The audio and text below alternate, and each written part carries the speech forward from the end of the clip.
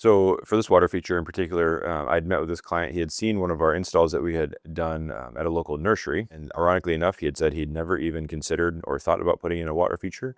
And then he saw that and just said that he wanted that.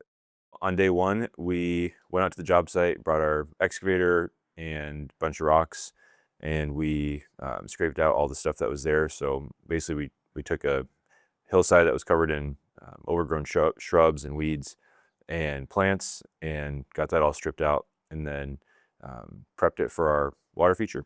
So on day one, we dug out the basin. We got all of our aqua blocks in. Aqua blocks are these rectangular black things that look like milk crates kind of, and they hold all of our water underground. So it gives us just a lot of storage volume so that we can make sure we have a large amount of water capacity for the system. Day two was just a lot of setting rocks. So we brought another load of large boulders to our site, and pretty much all day two was just setting rocks.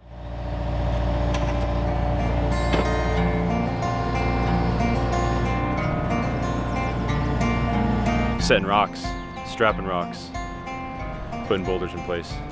Two types of, what we call them, two types of rocks in our system. We have a spillway rock, and that's the rock that the water is going to spill over. That's what you're going to look at. That's what you're going to see, is where that water spills over. And then you have a frame rock. So when we're setting our water feature, typically the order goes frame rock, spillway rock, and then another frame rock. But we got about half the rock set on the first day and set up well to keep moving on the second day, or on day three.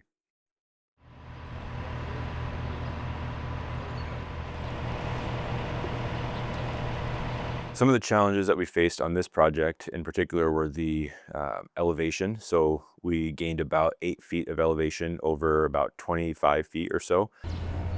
Is there anything we could find that has like a natural taper down that we wouldn't have to shelf this out, that we could rest on this rock and go kind of back this way and just let it ride up here and give us natural elevation? I might just need to slope it back for the next, because we're gonna have a frame rock spillway at some point again. Right. And like, we're not gonna be able to find that where it all sits perfectly on a slope. No, Ty has been with us since we started getting into water features. So the first feature that we built, Ty has been a part of that.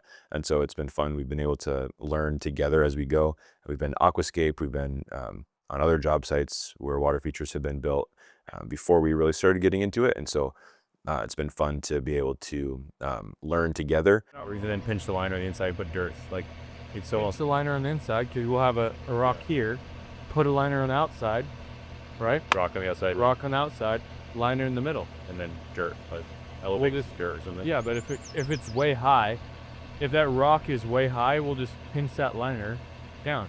On day three, we got to the point where we were almost done setting rocks.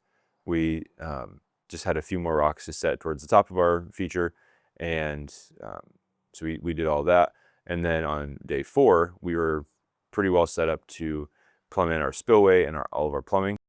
Did all of our foaming on day four, and this foam is we put that in between a lot of the joints of the rocks where they touch each other or where they touch the liner, is going to create a really good barrier, and it's going to force water to where we want it to go. So we're trying to direct as much flow over the falls as we can, and then we hide all that with rock, decorative rock on top. So you never, the goal is that you don't see that either.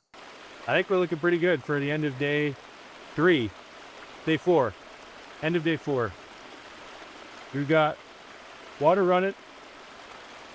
We know where our low edges are, or potential low edges. We got our liner tucked up where we want it for the night. I think it looks pretty good. We got our lights in. We have a few things to touch up tomorrow to make the falls a little more dramatic. But all in all, pretty cool. And then on day five, we came back and finished up all the edge work. And so that's where we really the water feature comes to life, because until then it just looks like a pile of rocks with liners sticking out of it, and it doesn't really look very good. And so we cut back all the excess liner and we hide it and tuck it as best we can so that you don't see any of the liner, because our goal is always to make the water feature look like it has been there forever. and that these people built their house around this water feature. This one just happened to be in our client's front yard right alongside of his driveway. And so multiple times a day, every day, people that would be walking by, the neighbors, everyone's enjoying it. So we were joking throughout the project that our client was actually building this waterfall for his neighborhood. But yeah, I would say it turned out a success. We were able to build this really cool natural looking waterfall with a ton of falls, a ton of curb appeal, really spruce up that area of his home, and we had a lot of fun doing it. And the most important part was that he was happy at the end.